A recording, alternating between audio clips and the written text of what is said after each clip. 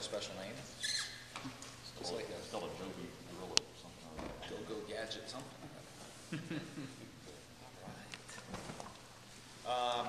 Our thought, we're gonna right now the plan is to go out and practice today, just with weather. Look, today's a little better weather day than tomorrow, and so I guess the only thing that might change that is if he's supposed to. There's a chance of some wind this afternoon. If it got gusty winds, then we might decide to not go out today. It's the great thing about spring. You have time to make sure you're getting the best opportunity to take advantage of the weather, especially early on in spring with installation to, in balancing the practices out and spread it out the right way. So we might get out there and go do that today. And I know we're excited to get back out on the field. Guys are excited to get back out on the field. This is what we do it for, a long, good off season, a lot of training, and they've worked hard, getting their bodies ready, getting bigger, getting faster, getting stronger. Now they get to go out and reap the rewards and go play some football of what they've done. So it should be pretty exciting. You're talking about that. Yep, I'm sorry. Just talk about the way you had spread it out. Now there's some thought about waiting later, but now you've got 2 or 3 practices a week over a fairly long period. Yeah, well, one of the things that we do, especially early on, is try to spread it out. When we're doing a lot of installation and a lot of teaching. You know what I mean? So you have the opportunity, we're going to have the opportunity to practice today. We'll watch this film with the guys tomorrow. We'll install Saturday, we'll meet on Friday to go through the Saturday installation and review today, and then practice Saturday. Then you have a couple days till Tuesday to kind of review everything before you go out there and practice. And, that's kind of what I like doing, is you really look at what the best way to teach is. Spring's about teaching, for our guys. There's a lot of teaching. I mean, at the end of spring, we're 0-0. We're not preparing for a game right now. We're developing and teaching and becoming better football players. So that we look for what the best way to teach is, and that's what spreading out, especially early in spring, allows you to do. You'll see we'll kind of have some more back-to-back practices as spring goes on, as installation gets less. Is that more fact now because it's a small senior class too? You're talking about teaching and installation. Yeah, but we've done that for years. I love doing it that way. The problem is you get to fall camp, you have a lot more practices in a much shorter amount of time. You can't, you don't have that time to really sit and get everything taught at a much slower pace. It happens a lot faster. This time of year, you can really slow the pace down with the guys and make sure they're getting the quality teaching. Between the bowl game and now, the off-season work with Matt, you look for certain guys to make that leap forward, whether it's especially young guys, just their bodies and what they're capable of in the spring. Everybody, you know what I mean? You look, we have 11 seniors, they're probably going to make the least physical change in the offseason. They've been in the program for 4 years, They've had the chance to develop their body. But the fact that we have such a young team, there's an awful lot of change going on, not just physically, but mentally. We're a whole new team. There's great opportunities out there. There's a lot of opportunities to go play. We showed the team. There's a lot of tackles, a lot of pass breakups, a bunch of sacks, a ton of interceptions. I think over 180 receptions and over 2,200 yards, 22 touchdowns, all missing off of last year's team. So there's tremendous opportunity to become a starter, to become even a role player. There's tremendous opportunity to become a star player. There's tremendous opportunity for new leadership out there, that all of these opportunities are out there that guys are trying to step up and develop, not just in the off season, but as it goes more. Those opportunities were out there. They've been training. Now they get to go on the field and go try to earn some of those opportunities on the field. And one of those guys that, for example, would be, I think, Preston Smith. He comes in a couple years ago, 225, is up about 255, and a guy that I would think is going to buy for a starting job. Yeah, had a really good off season. I think he's our leading sack returner. Yeah. Statistically from last year. And this is it for him. He came in, played a little bit as a freshman, and which was good to get him experience. But this is it. This is a big year for him coming in. He'll be, I think coming out of the offseason, we're looking at the depth chart, he'll be breaking the huddle with the ones. And is that right? Yeah. As accurate as that is. Joe tells you the starters. He tells me the starters. No, but he's going to be out there. One of the things we're going to let, as always, you'll see us, we'll rotate some different guys with the ones to give them opportunities to be starters, at each position, it's always going to be a little bit different because, you're preparing different guys. We want to have 3 starters. We're going to mix and match some offensive line combinations at times, just so we're prepared for injuries, even though, you look, there's 4.5 returning starters right now, with Justin back on the line, so that's a good solid group. But we can throw somebody in there to see how they respond with that group and really develop it. You like to develop where you have 8 to 9 starting offensive linemen really in your rotation. If you were to look at that and say, assuming Joe's out here, will anything just jump out at us that you're trying to differ or people moving around? No, the different changes. Turtle's going to be playing tight end. Christian Holmes. Probably would know more as Christian Holmes. Christian Holmes is going to be going to tight end. Where we did that. We did that in the bowl deal, and it just thinks for opportunities with us, with having a little bit more depth at tight end, a little less depth at receiver, you're going to see a little bit more of the tight ends being used out there on the field. So you want to get a little bit more depth at that position. So you'll do that. I think that's really the only big change you're going to see. There'll be some injuries with guys out this spring. Right now, the guys we don't expect to go this spring are Nick Griffin, John Long at the running back, Michael Hodges at receiver. Just went through it all. Tevez Calhoun at corner. And Dak won't do any team stuff, but you'll be you guys all come to practice, you'll be scratching your head sometimes, like today. He'll be sitting on a box with his foot still, he's still got the cast, he'll be on a box with his foot up on a chair throwing. Won't be very mobile in that position, so that's why he won't do any team stuff. Good protection. Like a day like today, as he's, we're getting accustomed to it, he'll be kind of doing more routes and some one-on-one stuff. But there's the opportunity for him to do that in 7-on-7 and do some of that stuff as spring moves forward. Nico's full go. Everybody else, that was it. Everybody else is full go today. So those are the kind of the guys that are out for spring type of deal. That you're not going to see have any contact in the spring. Was Tobias Smith noted? Tobias, as of now, won't practice in the spring. Not that a decision's been made, but he's going to be more in a coaching capacity right now in the spring with the O-lineman than the playing capacity right now.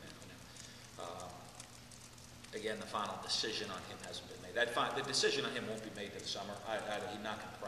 I don't anticipate him practicing. Listen, he's out of the field and he's like, Coach, I got to play, and I want to get out there and do something. But the plan has been to make a decision later on and really get closer to summertime. What about Mike McCarr? I know he's been working out for teams. Yeah, he's back practicing on the team, so he'll be back at receiver. He's playing receiver. See how that does, and Michael. As I said, Michael's earned his way back onto the team. Not that he in my mind, not that he was ever dismissed. There were some outstanding circumstances with him leaving the team. And I think in his mind, he's coming back proving, saying, hey, this is what I want to do. I'm good to go. I'm all in with the team. And he's done a really good job so far in the off season of doing all of those things. Dan, you mentioned, the amount of youth you have in the teaching. How do you mix teaching effort with teaching execution? Because it seems like you're going to have a lot of kids vying for spots that want to go 100 miles an hour and just may not understand the concepts yet. It is really hard. That's what I want to see, though.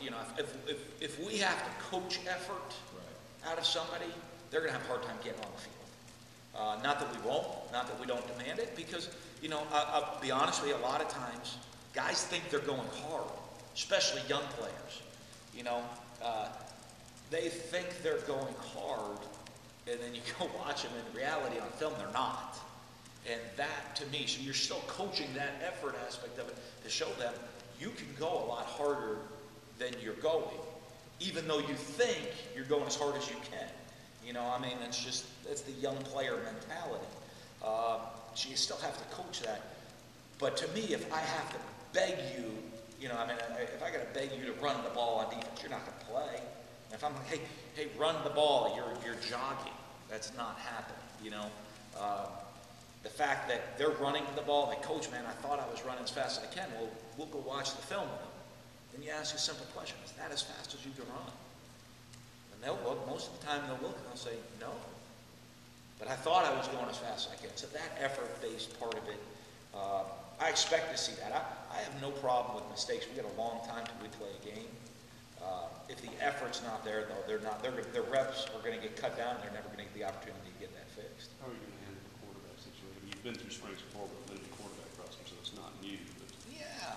I mean, Tyler will go with the ones right now, and the other two guys will rotate with the twos and threes. That's why I said we'll rotate some players. There might be some time to see Tyler in there with the ones. I'll say this, you know, this might be the biggest spring you've seen. You're not going to see anybody near Tyler Russell now. Because the coach has said, I don't think I'm going to get near him. You know, job security, stay the heck away from Tyler Russell right now. But you know, I mean, that's kind of how we're going to start. You know, and as I said, you know, for our other two quarterbacks, this is an unbelievable. Josh Hand and Sam Coward are going to have more opportunity probably than any other two walk-ons in the SEC this year. Yeah, has that been the kind of the most frustrating thing over the last couple of years? You talk about offensive line depth, with not having that sixth, seventh, or eighth guy that you figure you can go to even in an emergency situation or in a game where you just want that depth. Yeah, you feel better about it, you know what I mean?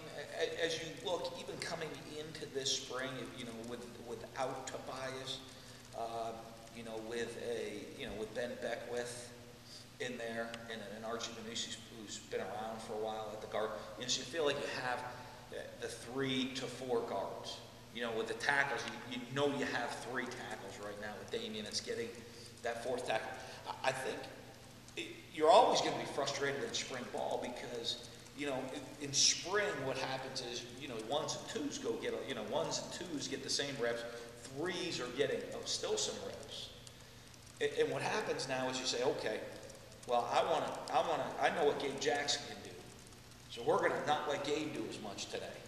Well, the trickle-down effect means the 2 became a 1, a 3 became a 2, and now you're looking there saying, boy, our 2-0 line's not looking fantastic right now, but that's not your actual game depth.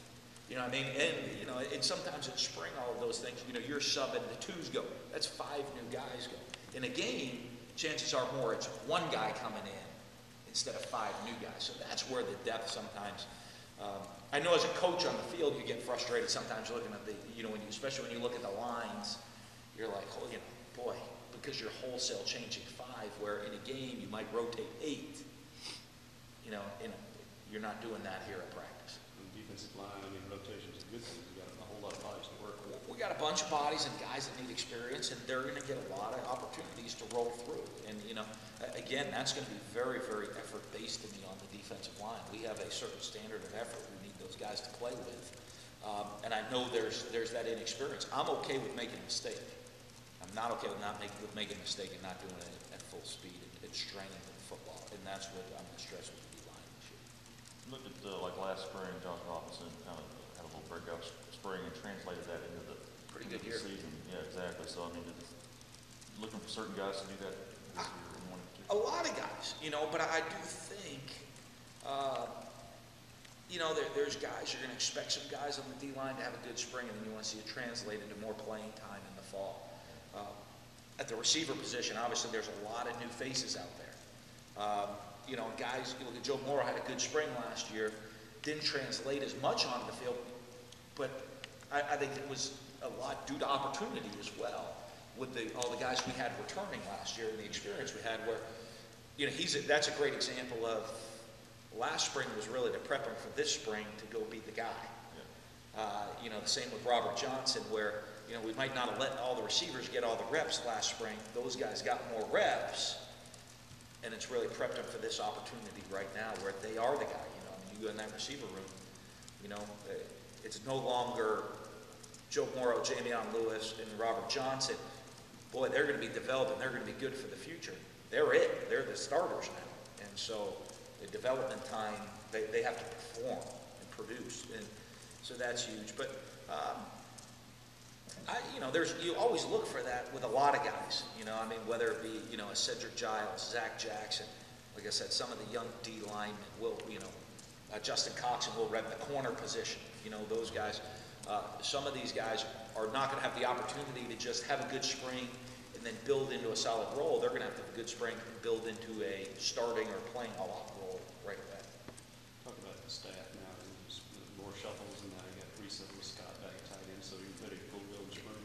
Yeah, I mean, that in reality was about a 2-day shuffle, you know what I mean, and how it all shook out. So there really wasn't much of a change, So, I mean, on the offensive side of the ball, maybe it was a 2-day shuffle with Scott. Billy coming in at wide receivers is new, but, the great thing, Billy knows our expectations, knows our offense to a point. Obviously, over the last 4 years, there's been some tweaks and changes, but also knows, what we expect, how we coach, how we practice, all of those things. So I think that's a pretty easy transition. On the defensive side of the ball, David Turner knows what we expect out there, and a guy like Deshae, I know he's excited to get back out on the field and go work with all of these young guys. So I don't think it'll be as big a transition maybe as the numbers would appear to make it look. So that's the position that Scott temporarily had. You're not going to fill that. Yeah, I'm doing some research on how we want to do that here in the future. What direction I want to go in that. It was a new position for us. It was a position I've wanted to have for the last couple of years. It kindly came through.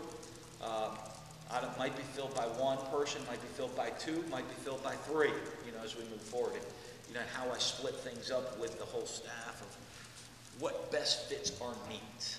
Does that make sense? So I think when it happened, I had an idea what I wanted to do. We had some opportunities, wanted to make the moves, get ourselves settled in.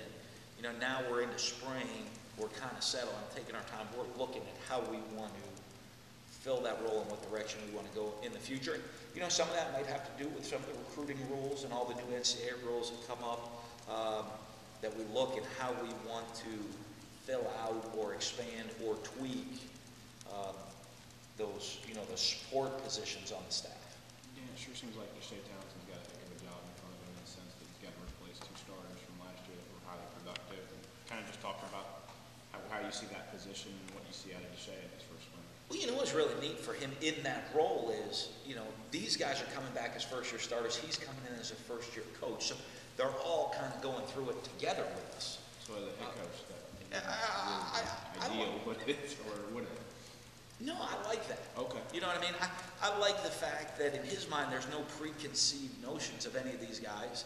He's not coming back in and saying, well, you look at that depth chart, and I guess because Joe likes to put the 1s and the 2s or the 3, there's no depth chart at that position. That's one of those, he can put anybody he wants on the field at any time. We got to see who can do what. Really, Jamerson Love's the only one with any experience coming back to that position, with Tevez being out this spring.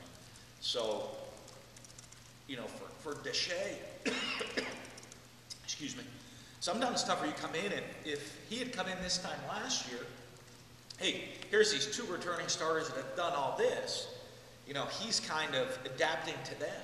He gets to come in and implement how he wants to do things, and he gets to really start with all these guys from scratch without having guys, with any preconceived notion of who's the returning starter or not a starter.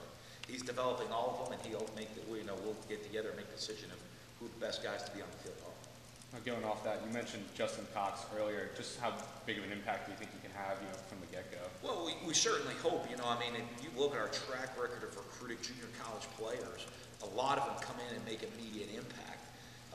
That's why we'll recruit those guys and have them come in.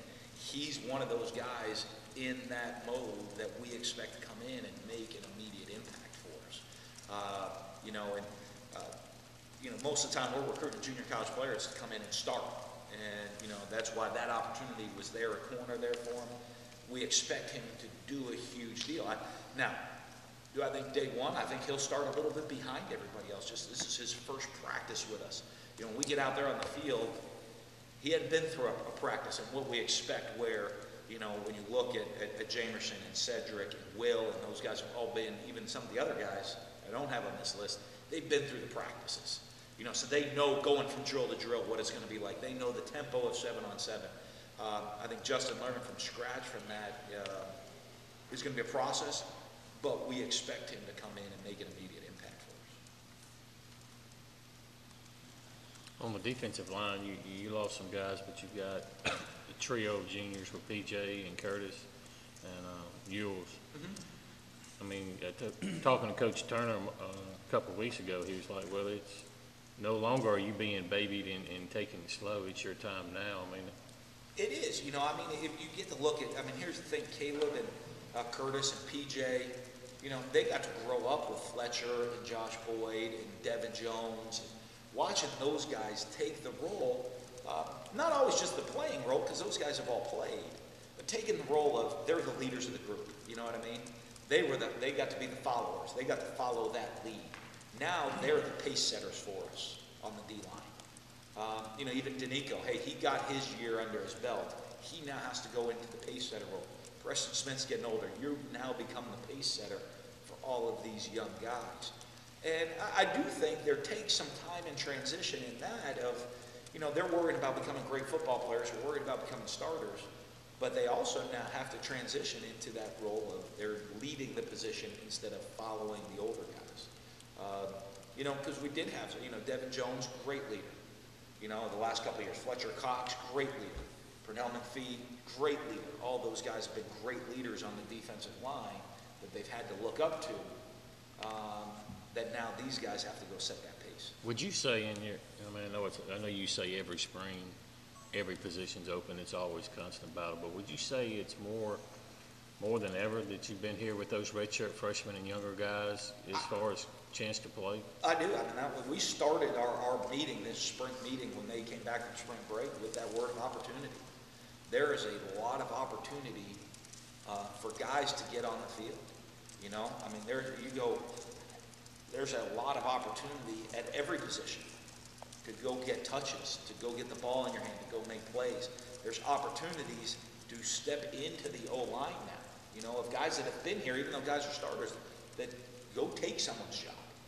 You know, there's opportunities in the secondary, and there's opportunities for a bunch of guys that redshirted on defense last year to go take playing time this spring, to go take those tackles that are missing. And that's what's going to be a lot of fun with this spring. That, you know, I mean, that's the fun part about spring ball is these guys getting those opportunities to go see what they can do. You know, special teams, go fill out that depth chart on special teams. I know everybody wants to be on our punt team. You know, that's the most important special team to be on.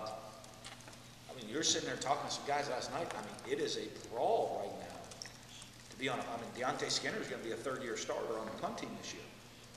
If I take him off of that for his spot, that'll be a brawl, and I know he doesn't want to be taken off of it. You know, so I mean, you look at all of those opportunities all over the field. Should be a lot of fun for guys to do that. You know, as you know, at me, I don't know we're going to have a lot of questions. I think we'll have a lot of questions answered through spring, but I don't think we'll have any decisions finalized at the end of spring.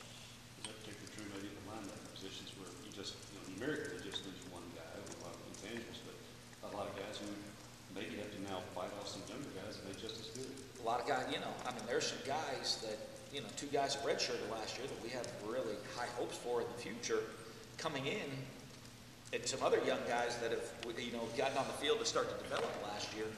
It should be a lot of guys. Ideally, obviously, in the SEC, you also like to be at least 2 deep. You know, you go look at defense. I'd like to have 22 starters on you. Those opportunities are there that we roll through a 2 deep plus even sometimes on defense. You know, you look at some of the top defenses in the country, they're rolling guys through. In the top defense in the SEC anyway, I mean, they're rolling guys through. And we'd like to get that way. And I think linebacker position, we might have the opportunity to be able to do that this year. When you were talking about Justin Cox a while ago, he's a guy that you recruited as corner, and he played corner and safety at East Mississippi. Kind of like Banks can do both. Do you see him in one set position or just based on start with corner, obviously. You know, I mean, if you can play corner for us and you can be a dominator at corner, that's where we want to go. But, you know, I mean, obviously he was a pretty dynamic player at safety. You know, and when you look at those crossover type guys, you know, like Jay Hughes. Jay Hughes is a guy that can play probably a little bit of corner and a little bit of safety. Justin Cox the same way. I'm not sure Tevez Calhoun's not the same way. You know, there's some hybrid guys we have back there, which does give you, gives you that flexibility to get the best guys on the field and put guys in the position where they can be most successful. When you look at the glass half full aspect of Tyler kind of being the only healthy scholarship guy at that position, he's obviously going to get a lot of reps, so you would like to think that that chemistry with those new wide receivers would be a high priority this week. I need to know how Chappelle likes the ball, and I need to know where to throw it to Joe Moore or where he feels comfortable with me. I think the great thing about that for us with a Tyler Russell is it's not just something that's going to get answered this spring. You talk about a fifth-year senior quarterback coming back. I mean, I expect him in training camp to say, I don't want to throw this route to this guy. You know, all summer. He has, in the spring, all summer to get all of that down. And, you know. And that's feedback to less than you. So Yeah, don't really I mean, like the whole time is going to come and, hey, you know what, I feel really comfortable making these throws to this guy. The great thing about when you have a fifth-year senior quarterback, he's going to feel very comfortable in making his input. I think some young guys sometimes, they want to give input, but they don't know they know enough to give the input that makes sense. Where Tyler Russell now, he knows our system, he knows our offense, he knows what we want to accomplish, he knows what he's comfortable with, that he's going to have a lot of input in what we do. Because I can trust his input. He's been out there on the field. He's not just going to say, man, I like to throw the ball deep. Let's throw a lot of go routes. You know what I mean? He's going to say, you know, hey, if I'm going to throw a fade to this guy, I like this guy getting this matchup to the field. I like this guy to the boundary better. I like trying to lay it out for one guy or back shoulder another guy. You know, he's going to feel a lot more comfortable and be able to express all of that to us to make sure we create, you know, the matchups. As we put this offense together this year, you know what I mean? In spring, again, you have a kind of a thicker playbook in spring through training camp that as the season comes, starts to thin out more and more to what fits our personnel and what our guys can do best. You spent so much of your career having two really good, proven, or at least another guy who's redshirted quarterback and ready to go. Is Tyler the rare exception in that you don't have to worry about his motivation or feeling pushed or competition to be good? Both those guys, you know, I mean, I feel great about both those guys, you know, they complement each other well, they work very well together, you know, they were, that aspect, they're always going to push each other, so I think you do have great balance with those two. I mean, Tyler knows he's the leader, and, but I think Dak thinks that he's the leader of the team too, you know, they're kind of, Dak takes on, hey, I'm one play away from me being the leader, so I act the same as if I'm the starting quarterback in everything that I do. And I think the team appreciates that because I think there's a friendly competition, but that's what it is. They'll compete against each other now a lot, but it's very much into that they both want us to be successful. Caleb Buell's moving inside to tackle. 2 years starting at end, but if I remember right, I think he was a tackle when he got here the redshirt year. That seemed like maybe he's moved around a little bit and had the ability to move around, and I want to see how he handles it. You know, I mean, it's very much kind of moving into that role of a guy that could do both. You know, I mean, he's a guy that he can go out on Fletcher Cox, who moved to play some end a little bit during his career as well. Caleb's a guy easy to move him back to end.